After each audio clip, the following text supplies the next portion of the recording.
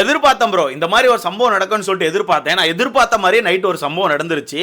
என்னதான் விஜே பார்வதி அவர்கள் இந்த டாஸ்க்ல நான் பண்ண மாட்டேன், QC இதுக்கப்புறம் பண்ண மாட்டேன், நீங்களே இந்த டாஸ்க்கை பண்ணிக்கோங்க, இதுக்கப்புறம் இந்த பக்கம் வரமாட்டேன்னு சொல்லிட்டு சண்டையை போட்டு போயிருந்தாலும் அவங்களுக்கான பிளானை கரெக்டாக நடத்தி கொண்டு போயிட்டு இருக்காங்க.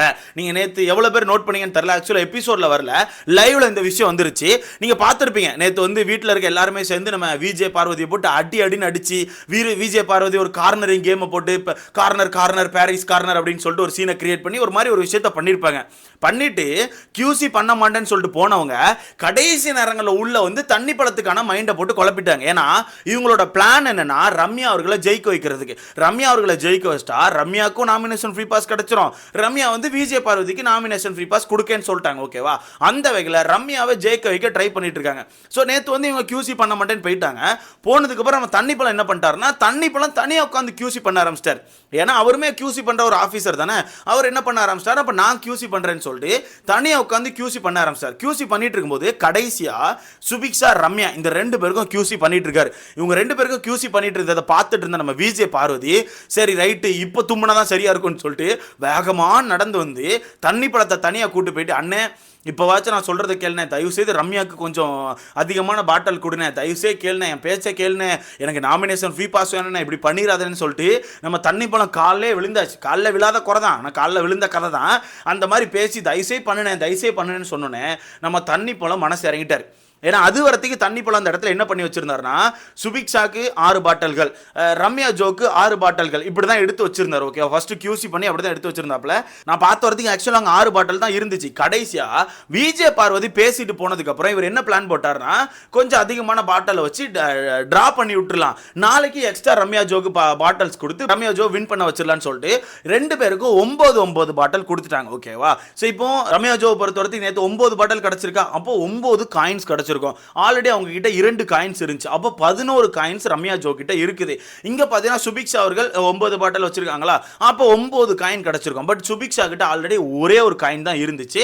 ஸோ சுபிக்ஷா கிட்ட இப்போ 10 காயின் தான் இருக்குது. இங்க 11 காயின், இங்க 10 காயின். மற்றபடி எல்லார்ட்டுமே காயின்ஸ் கம்மி தான். ஏன்னா நேற்று சபரி வாங்கின அந்த 3 காயின்ஸ்லையுமே 2 காயினை பிரிச்சு கொடுத்துட்டாருன்னு கேள்விப்பட்டேன். ஸோ அந்த மாதிரி எல்லார்ட்டுமே இப்போ காயின்ஸ் கம்மியாக தான் இருக்கு. இவங்க தான் லீடிங்ல இருக்காங்க. பட் இந்த டாஸ்க்கு இன்னும் கண்டினியூ ஆகும் அப்படிங்கிற விஷயத்த விஜே பார்வதி கண்டுபிடிச்சாங்க. ஏன்னா நைட் ஒரு நைட் அந்த டாஸ்க்கை நிப்பாட்டல. ஓகேவா? அப்போ நாளைக்கும் டாஸ்க் இருக்கும்னு தெரிஞ்சு நேற்று நைட் என்ன பண்ணிட்டாங்கன்னா ரம்யா ஜோ திவாகர் 2 பேரையும் கூட்டு உட்கார வச்சு அண்ணே இன்னைக்கு நம்ம இந்த பிளான் எல்லாம் சக்ஸஸ் பண்ணிட்டோம், ஓரளவு எல்லாமே கொண்டு போயிட்டோம், அண்ணே நீ தான் கொஞ்சம் ஆனால் அண்ணே நீ தான் போட்டு என்ன பாடாப்படுத்திட்டேனே, ஏன்னா இப்படி பண்ணுற அப்படி இப்படின்னு சொல்லிட்டு திவாகருக்கு ஐஸ் வைக்கிறாங்க. இதுக்கு முன்னாடி இதே வாய் தான் திவாகரை போட்டு சாப்பிட்றதுல இருந்து எல்லா விஷயத்திலும் ரொம்ப கேவலமாக பேசிட்டு சுற்றிச்சு. ஆனால் திவாகர் வந்து தன்னோட பிளானுக்கு கொஞ்சம் சப்போர்ட் பண்ணுற மாதிரி தெரிஞ்சோன்னே திவாகர் கிட்ட வந்து ரிட்டன் அண்ணேன்னு சொல்லி பேச ஆரம்பிச்சாச்சு. நம்ம தண்ணி பழத்தில் வந்து பயங்கரமான பேச்சு, அண்ணேன்னு சொல்லிட்டு பயங்கரமான பேச்சு.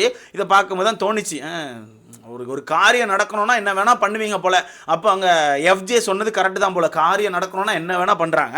அந்த வகையில் உட்கார வச்சு பேசிட்டு இருக்கும்போது ரம்யா ஜோ என்ன சொல்கிறாங்கன்னா இன்னைக்கே நீங்கள் எனக்கு அதிகமாக கொடுத்துருக்கணுண்ணே, நீங்கள் தப்பு பண்ணிட்டீங்க, அவளுக்கும் எனக்கு கொடுத்த மாதிரி 9 பாட்டில் கொடுத்துருக்கீங்க. ஸோ 2 பேருமே ஒரே ஒரு காயின் டிஃப்ரெண்ட்டில் தான் இருக்கும். மேபி நாளைக்கு எனக்கு பாட்டில்ஸ் வந்து கம்மியாக வந்துச்சுன்னா நான் தோத்துருவேன், சுபிக்ஷா வந்து ஜெயிச்சிருவா. ஸோ அதை முதல் புரிஞ்சுக்கணும், இப்படி பண்ணியிருக்க கூடாதுனே, தப்புனேன்னு சொல்லிட்டு ரம்யா ஜோ வந்து அந்த இடத்துல அட்வைஸ் கொடுத்துட்டு இருக்காங்க. அப்போ அங்கே தண்ணி பழம் இன்னொரு விஷயத்தை யோசிக்கிறாப்ல, ஓகே எனக்கு ஒன்றும் பிரச்சனை இல்லை, நாளைக்கு நீ 3 பாட்டில் எடுத்துட்டு வந்தா கூட நான் 3 பாட்டிலுமே பாஸ் பண்ணி மற்ற எல்லாரும் பாட்டிலுமே அவுட் பண்ணிடுறேன், பிரச்சனை இல்லை, இன்னைக்கே இவ்வளோ பெரிய பிரச்சனையை சமாளிச்சிட்டேன், நாளைக்கு நான் சமாளிக்க மாட்டேன்னு சொல்லிட்டு பயங்கரமா தண்ணி பழம் பேசுறாப்ல. ஸோ தண்ணி பழமும் மெதுவாக அப்படி தண்ணிக்குள்ள மூழ்கிட்டு இருக்கு. இன்னும் கொஞ்ச நாள் அழுவிரும் நான் நினைக்கிறேன். ஏன்னா நேற்று கொஞ்ச நேரம் கவனிச்ச வரதுக்கு அந்த தண்ணி பழம் தனிப்பட்ட முறையில் நிறைய விஷயங்களை எடுத்து வச்சு பேசி நான் இப்படி தான் பண்ணுவேன், நான் இப்படி தான் QC பண்ணுவேன், நான் எல்லாருக்குமே நான் வந்து சப்போர்ட் பண்ணுவேன், எல்லாருக்கும் அப்ரூவ் கொடுப்பேன், என் மனசுக்கு தோணதான் பண்ணுவேன்னு சொல்லிட்டு ஒரு ஸ்டாண்ட் எடுத்தார். அப்பதான் மக்களுக்கு வந்து ஓகே அப்படி சொல்லிட்டு அப்பதான் மக்கள் வந்து ஓகே திவாகர் வந்து பாருக்கு வந்து அடிபணிச்சு போக மாட்டேக்காருன்னு சொல்லிட்டு மக்கள் ஃபயர் விட்டாங்க. பட் நைட்டோட நைட்டா தண்ணி பழம் என்ன பண்ணிட்டாருன்னா திருப்பி அந்த பக்கம் சாஞ்சிட்டார். விஜே பார்வதிக்காண்டி சாஞ்சாச்சு. ஸோ விஜே பார்வதி இங்கே இன்னொரு விஷயத்தை என்ன சொல்கிறாங்கன்னா நாளைக்கு பாட்டில் எடுத்துகிட்டு வருவாங்கல்ல அந்த ஆட்களை ஒரு சில பேரை கொலைப்பி விடுவோம், அந்த ஆட்களை ஒரு சில பேரை கொலைப்பி விட்டு இவளுக்கு பாட்டில் கொடுக்கக்கூடாது, அங்கே தான் கொடுக்கணும் இங்கே தான் கொடுக்கணும்னு சொல்லிட்டு அதை பிரித்து விடுவோம். அதை பிரித்து விட்டு ஆட்டோமேட்டிக்காக ரம்யா ஜோக்கு பாட்டில் வந்துடும், நம்ம வின் பண்ண வச்சிடலான்னு சொல்லிட்டு பயங்கரமான ஒரு பிளானை போட்டுட்டு இருக்காங்க. ஸோ என்ன பொறுத்த வரைக்கும் கண்டிப்பாக ரம்யா ஜோ தான் வின் பண்ண வைப்பாங்க. ஸோ இன்றைக்கி எனக்கு தெரிஞ்சு இன்றைக்கி டாஸ்க் முடிஞ்சிடும், வீக்லி டாஸ்க்கு 3 நாள் தான் நான் வைப்பாங்க. இந்த டாஸ்க் அதுக்கு மேலே எடுத்துகிட்டு போக முடியாது. ஸோ இன்றைக்கி கடைசியாக ஒரு ரவுண்டு வச்சு இந்த வீக்லி டாஸ்க்கை முடிச்சிருவாங்க. ரம்யா அவர்கள் தான் வின் பண்ணுறதுக்கான வாய்ப்புகள் அதிகமாக இருக்குது. பட் நான் 2 விதமாக யோசிக்கிறேன். மேபி உள்ள இருக்க எல்லாருமே சேர்ந்து ரம்யா ஜோக்கு பாட்டில் கொடுக்காம சுபிக்ஷா அவர்களுக்கு பாட்டில் கொடுத்தாங்கன்னா அவ்வளோதான் முடிஞ்சு. நம்ம விஜய் பார்வதிக்கான பிளானை வந்து மண்ணலி போட்டு மூடிட வேண்டியதான். பட் எனக்கு தெரிஞ்சு எப்படியா பண்ணி ரம்யா ஜோ வின் பண்ண வச்சுருவாங்க. ஆனால் ரம்யா ஜோ அவர்கள் நேற்று இன்னொரு சம்பவத்தை சொல்லியிருப்பாங்க, கண்டிப்பாக கவனிச்சிருப்பீங்க. என்னதான் விஜய் பார்வதி வின் பண்ண வச்சாலும் நான் கடைசி நேரத்தில் நாமினேஷன் ஃப்ரீ பாஸ் கொடுக்க மாட்டேன்னு சொல்லிட்டாங்க. ஏன்னா டீலக்ஸ் ரூமில் யார் வின் பண்ணுறாங்களோ அவங்களுக்கு 2 பவர் கிடைக்கும். ஒன்று அவங்களே நாமினேஷன் ஃப்ரீ பாஸ் பண்ணிக்கலாம், இன்னொன்று பிக் பாஸ் ஹவுஸில் இருக்க யாரோ ஒருத்தர் கை காமிச்சு அவங்களுக்கு நாமினேஷன் ஃப்ரீ பாஸ் கொடுக்கலாம். அதை ஏம் பண்ணி தான் நம்ம விஜய் பார்வதி இவ்வளவு பெரிய ஆட்டத்தை பண்ணிட்டு இருந்தாங்க. பட் நேத்து ரம்யா ஜோ என்ன பண்ணிட்டாங்கன்னா, நான் கொடுக்க மாட்டேன், நான் அவளுக்குலாம் கொடுக்க மாட்டேன், அவ வந்து அவ இஷ்டத்துக்கு ஸ்ட்ராட்டஜி பண்ணுவா, நான் மட்டும் கொடுக்கணுமா, நான் கொடுக்கவே மாட்டேன், நீங்க பாருங்க நாளைக்கு நான் வின் பண்ணிட்டேன்னா நான் வேற யாருக்காவது கை காமிப்பேன்னு சொல்லிட்டு ரம்யா ஜோ சொல்லிட்டு இருக்காங்க. ஸோ இதை வச்சு கண்டிப்பா சண்டைகள் வர்றதுக்கான வாய்ப்புகள் இருக்குது. ஏன்னா அவங்க இவ்வளோ அடி வாங்கினது, இவ்வளோ அழுது உருன்னது எல்லாமே இந்த நாமினேஷன் ஃப்ரீ பாஸ்க்கு தான். ஓகேவா, பண்ணது பூரா பிராடுத்தனம், QC ஆஃபீஸரா இருந்துட்டு பண்ணது பூரா பிராடுத்தனம். அந்த வகையில் அந்த நாமினேஷன் ஃப்ரீ பாஸ் கிடைக்கலன்னா கண்டிப்பா உடஞ்சிருவாங்க. அப்படி உடஞ்சி பெரிய சண்டையை போட்டு ரம்யா ஜோ மண்டையை பிடிச்சி இழுத்து சண்டை போடுறதுக்கான வாய்ப்புகள் கூட அதிகமாக இருக்குது. வெயிட் பண்ணி பார்க்கலாம் என்ன நடக்கும்னு சொல்லிட்டு. பட் நம்ம தண்ணி பழம் ஒரு மாதிரி சுபிக்ஷா சுபிக்ஷா சுபிக்ஷா சுபிக்ஷான்னு சொல்லிட்டே இருக்காரு. ரொம்ப அசிங்கமாக இருக்குது, ரொம்ப மட்டமாக இருக்குது. அதாவது வயசுக்கு ஏற்ற மாதிரி நடந்துக்க மாதிரி எனக்கு தெரியல. வயசு என்ன வயசு, என்ன வயசு இருக்குது, வயசு அப்படி இருக்கும்போது அந்த பொண்ணுகிட்ட போய் இப்படி பண்ணிட்டு இருக்கலாமா?